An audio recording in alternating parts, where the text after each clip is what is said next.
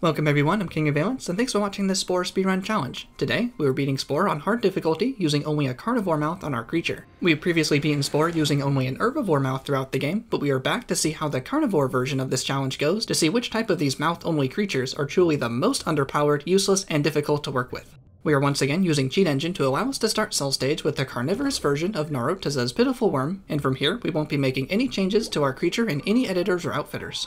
Cell stage plays very differently based on our cell's diet, but for this kind of challenge run, the rest of Spore is pretty similar between being an herbivore or a carnivore. So this is a good opportunity to see which evolutionary path is more difficult for our pitiful creature by doing something different in each stage to what we did in the herbivore run. So during this run, we will be destroying rival tribes in tribal stage and using the worst possible vehicles but as military this time in civilization stage. For this cell stage, finding food was predictably very difficult compared to stumbling across free-floating plants. Hard difficulty really likes to keep the meat sparse, as Spore wants us to fight and kill other cells for food. However, we get one real advantage over being an herbivore, and that is our carnivore mouth can parry other attacking carnivore mouths. On these rival cells, we can try to get our mouth past their mouth to deal some damage. Other cells can bite right through an herbivore mouth, leaving the herbivore cell completely vulnerable, so score 1 for the carnivore cell. In the next part of cell stage, we continue jousting with the boosters. We can continue to block until we get a clean hit on one of their flybys. On hard difficulty, the other cells are fairly aggressive too. They will swim over and constantly try to bite us. This first part of cell stage was actually going pretty smoothly. Just as we can stumble upon some free-floating plants as an herbivore, we will occasionally get lucky and find some dead cells as well. The other cells like to fight each other too, and sometimes they can leave us some leftovers, and we'll gladly take what we can get. This section of cell stage was by far the slowest as the carnivore. This really must have been where the game expected us to be better equipped. I remember the herbivore run still feeling slow, but generally more consistent throughout cell stage. So in that way, a point for the herbivore cell for being more evolutionarily suited to find food more regularly. Another large cell comes out of the fog, but this is still helpful. We are so slow, dying will reset the area and give us a better chance at spawning next to available food. There's a plant piece. This particular respawn would have been great as the herbivore. These duckies are very aggressive on hard. The strategy here was just to block for long enough to run into some food. Blocking like this is far faster than swimming. And there's a buzzy cell, which are a great food source in this part of cell stage, and we managed to get a piece. Though I don't think we'll be able to hold off 3 duckies though. The jawhead cell spikes really helped us taking out the duckies, leaving meat all over the tide pool for us to eat. The spike cells really helped out in this section of cell stage too. This part went really quickly thanks to all the free meat. In this part of cell stage, they begin the attack of the juniors. These cells act just like the duckies, but are far more numerous. However, once we're in the last section of cell stage, the juniors are smaller, and we can actually eat the juniors. Unfortunately, eating the juniors don't count towards the progress bar or for DNA, but at least we can remove them and keep looking for food without constantly getting nibbled on like the herbivore. Finally, we can maneuver around the larger cells and get our mouth behind them again for another kill. The small juniors are sometimes distracted by the meat since they think they're on our level, but they can't eat the meat here. Eat the last meat chunk to complete cell stage with only a carnivore mouth on hard difficulty in just over an hour. This run actually beat our attempt as the herbivore by about 5 minutes, but only doing 1 run each, it's hard to say which is truly faster. Both had their advantages and disadvantages for cell stage, but surprisingly both were very doable in about the same amount of time. Looking through the timeline, we got 46 kills, 81 meat, and 57 deaths, totaling 10.8 billion years. We'll pass right through the early creature editor since we aren't making any changes and advance into creature stage. Due to being a carnivore in cell stage, we get the Raging Roar ability for creature stage, whereas the herbivore gets the Siren Song. I find the Siren Song more useful for this kind of challenge than the Raging Roar, since the Siren Song allows us to ally with other creatures more easily, including with strong aggressive creatures that could join our pack and fight for us. So 1 final point for the herbivore cell. But as the carnivore, we'll still be able to socialize through most of creature stage just fine. And since we were mostly aggressive in the herbivore run, we're going to mix things up by prioritizing being social even without the Siren Song. When socializing in creature stage, we get DNA when we impress the other creature by filling up our side of the meter. And when we meet them in the middle on these early creatures, we get 10 DNA per creature and 12 DNA for alphas. But if we over-impress the other creature by going past halfway on the meter, we get a DNA bonus. We got 13 DNA by over-impressing this alpha. We both have level 1 Sing, but we can double our social ability by pressing Ctrl-Delete on the keyboard, bringing up the blue Windows menu with the task manager, pressing Escape to bring back up the game, and spamming 1 on the keyboard for Sing. When the game is returning, it is frozen for just a second, but still accepting inputs. The game accepts our multiple inputs of 1 and allows us to sing twice for every Simon Says of the other creature. This can be seen in the recording when the game flashes black for a few frames, but this will be important to beating creature stage with only level 1 Sing. Just like how we needed strong aggressive creatures to fight for us, we can get better social creatures to perform with us. These gunlatch creatures are perfect. They have level 2 Sing and some other social abilities. We are eventually going to get these creatures in our pack in order to improve the amount of Sing power we have, then further double the Sing using Ctrl-Delete as well. We won't be able to use the other social abilities these creatures have in our pack though. They will only be able to use what we have when we try to ally other creatures with them. We can push them away from their nest so they don't call for backup dancers. And there's 3 allies to fully ally the gun-watch creatures. Starving is an additional challenge for the carnivore, but we found some eggs. These creatures won't notice us eating them while they're in their cocoons, so that's some easy food. Eggs are really powerful in creature stage. Each egg is worth 25 DNA and will replenish our hunger. These cocooning creatures are hatching, but we get ambushed by some groovy creatures. Thankfully, these are much lower level creatures, so we can actually fight them off and advance into the next part of creature stage. These level ups also restore our health and hunger. These low-level groovy creatures may have been part of the rogue pack, so they are still worth 35 DNA to extinct, and around 10 DNA per kill, even if they are far weaker creatures. Now that we leveled up, we have an extra pack slot open, so now we can go back for those gun-watch level 2 singing creatures. When adding to the pack, they don't team up, so we won't need to push them from the nest this time. Now we have 2 of these creatures in our pack. Now we should be able to socialize and ally with other creatures much easier. For example, here are some Golafio creatures. They have 5 total social stats, but only level 2 sing. If we are unsure of what a creature has, we can use the Sporepedia to check a creature's stats. This creature has their social stats spread around, so they should be an easy ally. Our 5 combined singing power, doubled, will easily impress these creatures. Even if these other creatures choose another social ability like Dance or Charm, 10 total singing power should still contribute a lot to our side of the social meter. It was going fairly well, but now we're getting attacked by a much stronger creature. Using the Raging Roar to try to get them away, but unfortunately it looks like our packmates still attacked the other creature, which removed the scared effect from the other creature, so now we have to defend ourselves. We survived, but the bigger creature did manage to kill both of our packmates first. But no worries, head back home to pick up some more packmates again. We'll use our species first to get the gun-watch back in our pack again. But first, we'll try to go for the extinction of these Baoling creatures. These were the creatures that were cocooning earlier that we ate the eggs of. They only have level 1 bite, so it seemed like a slam dunk attack. And that was a lot closer than I was expecting, down to 1 health. We can get our level 2 singers back in the pack again, with now room for 3 members. With potentially 14 singing power, we can even take on the Wobble-de-Wobbles, who individually have level 5 sing. Our performance is really good when they choose to sing as well, but their level 5 charm is hard to overcome. This is why it's important to get as much singing power as possible, but we still managed to get the ally. I tried adding one of these creatures to our pack, but there needs to be a slot open in the pack first, and our creature plus only 2 of the packmates wasn't enough for a Wobble-de-Wobble to join the pack, so we'll be sticking to the original 3. That allying session took a fairly long time, so we are starving. Starving wasn't as big of an issue as I was expecting during this creature stage, even without access to easy fruit on the ground. And even if we did die from starvation, there's basically no consequence for dying in creature stage. We keep all of our progress, and our packmates respawn back home with us. And we normally have the option to collimate and respawn, and that would reset us as well. But for this particular challenge, we were avoiding entering creature editors, so we can use the sea monster to restore our hunger. Respawning also starts up the migration sequence, which gives us free DNA when we travel to our new nest, so win-win. The rest of creature stage was finding easy to ally creatures and avoiding the scary ones. And after this last ally, we will complete creature stage. One of our packmates did die, so we need to make sure we get a new one before entering tribal stage. We're also leaving creature stage with our nest in the middle of the continent. This was done on purpose to make the start of civilization stage even more difficult. Starting civilization stage with access to boats on the coastline is much easier, but not this time. From our mix of some fighting and socializing, we finished as adaptable, and that sea monster was actually our only death. Pretty good creature stage, and just passed through the final creature editor and into tribal stage.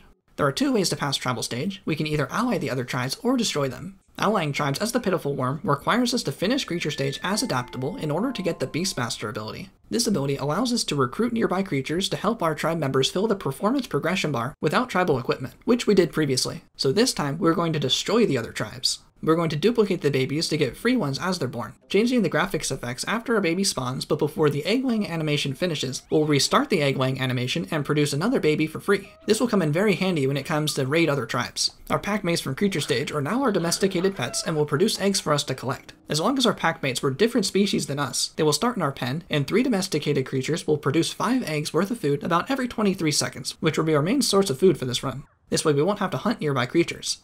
Tribal stage is one of those stages that can get really overwhelming if we fall behind schedule. The other tribes, especially on hard, like to only attack us and steal our food, but not each other. We are still going to destroy the rival tribes, but first we are going to perform for them to bring them all up to blue friendly towards our tribe. This will help neutralize tribal stage as we go back and destroy the tribes one by one. If we were fully social out of creature stage and made it to the top of the timeline, we would have received the firework ability for tribal stage instead of Beastmaster. Fireworks bring another tribe up to blue friendly instantly, so that could have made this a bit easier. But now we're still going to have to use the instrument tools. Now that brown tribe is friendly, we're going to stockpile food before the other tribes spawn. The first tribe is on a 1-minute timer or so, but the next 3 spawns will wait for us until either the first tribe is allied or destroyed, or until we reach about 70 food in reserves. Thankfully this is not 70 total collected food, so we can delay this timer even more by spending our food first on stone axes, which we'll be using to fight the other tribes with. Once everyone else has spawned in, we're going to go around performing for the other tribes, so our tribal members are going to keep their didgeridoos for now. We're also going to gift the other tribes from a distance as our members arrive at pink. As the traveling band arrives, send an individual member to gift another tribe. When they arrive to perform, they will put the gift down, which will count as gifting the other tribes. Here's a good example. This member puts down the gift basket, and green tribe accepts the gift.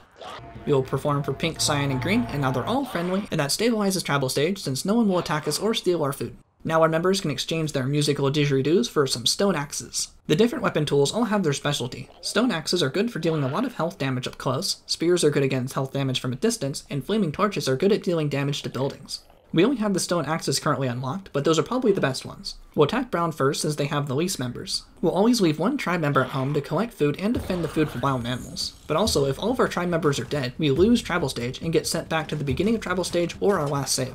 Rival tribes can have 0 members, they only lose when their main hut is destroyed, which is our target. I wasn't sure how effective our tribal members would be, so to test, I sent them all to attack the main hut first, trying to gauge if it would be possible to destroy their main hut before the defending members killed our villagers. Our members are dropping like flies, no surprise since they're trying to hack down a tent with an axe in their mouth. But that's good to know, we are going to have to make our way through the rival members first before we attack the main hut. Back home we can produce more babies and give them new axes. The tribal chieftain respawns after about a minute or so not too long. Since we have left so many brown members alive, they are going to retaliate and attack our tribe. We still have a lot of vulnerable babies, but thankfully they're more interested in attacking our main hut, which we saw can take a while to destroy, and our domesticated pets are defending it as well. Unfortunately our pets died, but we should have enough food from here to finish tribal stage. Sending another wave to attack Brown and making sure to attack the villagers first this time. Brown lost a lot of members in their attack as well, so we were able to push through to their main hut. I don't attack a lot in tribal stage, so I didn't know that eventually the defending tribe will just get 2 new adult reinforcements from their hut. I thought we were in the clear once they were all dead, but thankfully we already had enough damage to destroy their main hut before they could defend it. Now we have 9 tribal slots open, and we're going to buy a baby and duplicate enough of them to fill out the tribe. This is why I wasn't too concerned about the amount of food we had left. Each new wave of villagers is only going to cost us 10 food instead of 10 food per baby, and we'll be sticking to everyone using stone axes to save on food costs too. Pink is next in our crosshairs, and on the way there were some fairly decent fighting creatures, perfect to recruit using the Beastmaster ability to help us fight Pink. Our stone axes along with these creatures are pretty effective. The hardest part of these fights is fighting our tribal members' AI. I remember now why I haven't done anything other than allying tribes in years, and probably why most people don't remember tribal states very favorably. I'm not sure if it's because our members don't have any legs, so they can't maneuver very well, but their attacking AI is pretty hard to work with. They keep getting stuck with a question mark above their head. I'm constantly delegating who should attack who, but eventually we got through and destroyed the Pink tribe. Cyan was next, and they were pretty easy to destroy. A lot of their members were holding flaming torches, so they weren't very effective at defending. We got through them pretty quick, and Cyan tribe is added to our totem pole. After destroying Cyan, Lavender, the 12-member tribe, spawns in. Lavender spawned in upset at our tribe, so we have to perform for them quickly before they attack or steal our food. We need to make all new babies, and we need to buy all the other instruments that are available as well. While our tribe members grab their instruments, the tribal chieftain is going to go ahead and gift Lavender first, and then wait for the others to arrive. The chieftain is starving, but we need to bring Lavender up to friendly. It's super close, but the chieftain finishes conducting the performance with only 2 health remaining. We're turning our tribe members back home to get their stone axes. The tribal chieftain actually respawned and beat them all back home because our tribe members travel so slowly. Now that Lavender is stabilized as well, we can take on Green tribe. We now have 11 attacking members to their defending 9, so this should be easy. However, Green are also using stone axes, and unlike Cyan, who are pretty ineffective with their flaming torches, Green actually fends us off before we make it to their main hut. No matter, we get a new wave of members and we go again, and the second wave was able to break through their defenses and destroy Green's main hut as well. And finally, all that's left is the big Lavender tribe. We recruited the good fighting creatures again since they were very helpful before. Unfortunately, the Beastmaster wore off because they were recruited pretty far away and they had to travel with the slow-moving worms. So most of the creatures' time was spent tiptoeing to Lavender. Lavender held off the first wave, but that means we go again. Even returning as soon as possible, Lavender already got most of their members back. Check out Lavender getting 3 new babies right after each other, and I thought we got babies out quickly. And a 4th one comes out of the hut as well. Babies can't attack at all, and they have half health, but their health falls a lot faster than adults. We get through the adults, and now we need to take out the babies before they grow up. Now we can start making some progress on their main hut, but about halfway through, they get their 2 adult reinforcements, and their chieftain is back. This stops our second wave, but what comes next? A 3rd wave of worms wielding axes. This time it is enough to destroy their hut and complete the totem pole and tribal stage. There's a lot of deceased worms in the timeline, and destroying all the tribes will make us military going into civilization stage. During the Herbivore run, we allied all the tribes, so we entered as religious in Civilization stage, and at the time we tried to make the most underpowered tank with the least stats possible. However, at the time, I thought a vehicle required at least one base piece or cockpit to build with, which would give at minimum one stat bonus. However, using a clever stacking technique, it is possible to have only detail pieces for our tank, which don't give any stat bonuses, so now we can have a tank with truly the absolute minimum stats to work with. Pitiful Worm, meet the 0% tank.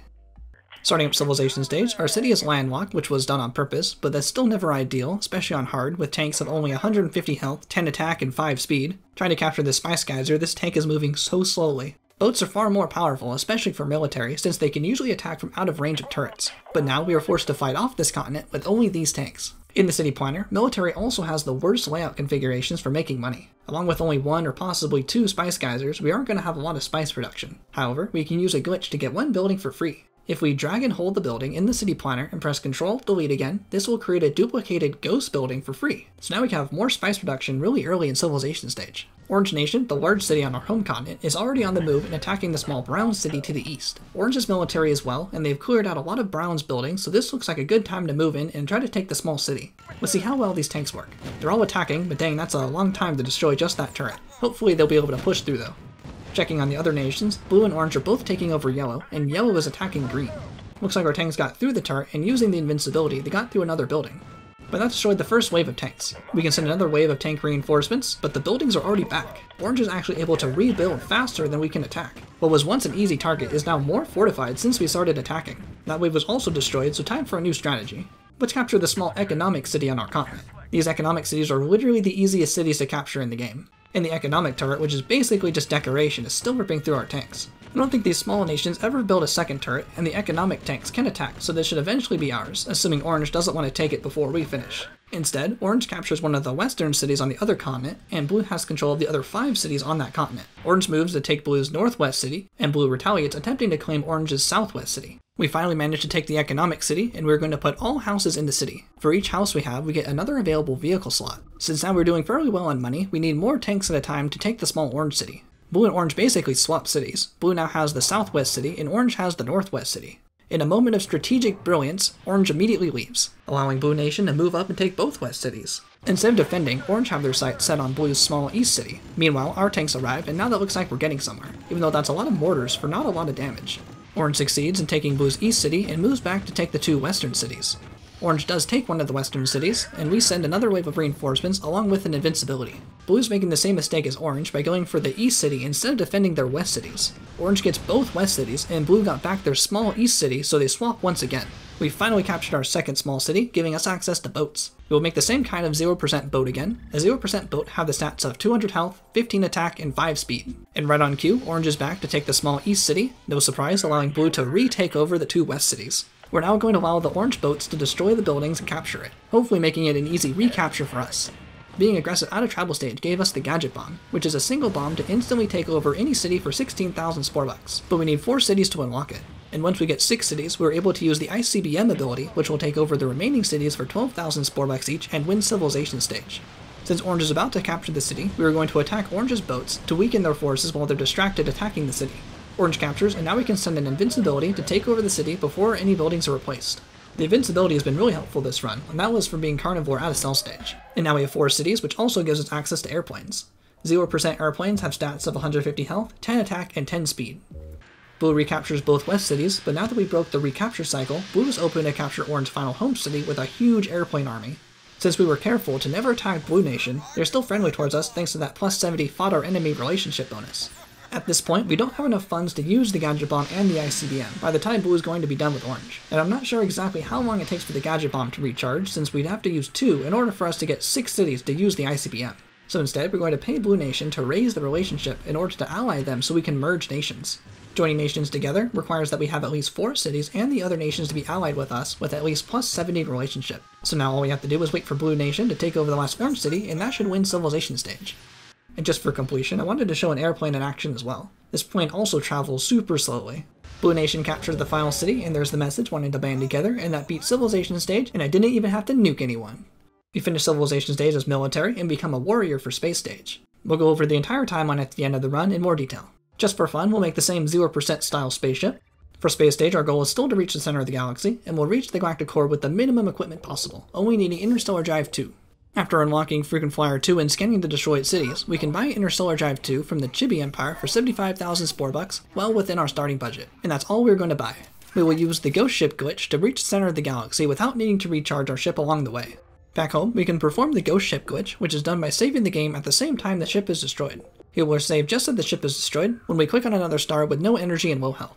We respawn back home, quit without saving, and load back up the game. And now we are a ghost ship with no health and no energy. This allows us to fly without needing any additional fuel, so we can travel all the way to the center of the galaxy using only Interstellar Drive 2. We've reached the Grok's territory and they're already at war with us, but don't worry, they can attack our ghost ship so we can fly right through Grok's enemy territory. And there's the Galactic Core, beating Spore with only a carnivore mouth on our creature throughout Cell Stage and Creature Stage, destroying all tribes in Tribal Stage, and conquering the planet with the worst possible vehicles on hard difficulty in about 4.5 hours. Here's the entire timeline. We are carnivore out of Cell. A mix of socializing and fighting in Creature Stage makes us adaptable. Many worms fallen attempting to destroy the rival tribes, making us military in Civilization Stage, where we went through many tanks as well to enter Space Stage, meeting Steve taking over 11 billion years. I had a lot of fun doing this run. Spore is great for having so many different combinations of ways to play through the game, and I really enjoy being able to switch up the playstyle between the carnivore and herbivore runs. Let me know what other challenges you'd like me to try in the comments. Thank you so much for watching, I'm King of Valence, and I'll see you next time.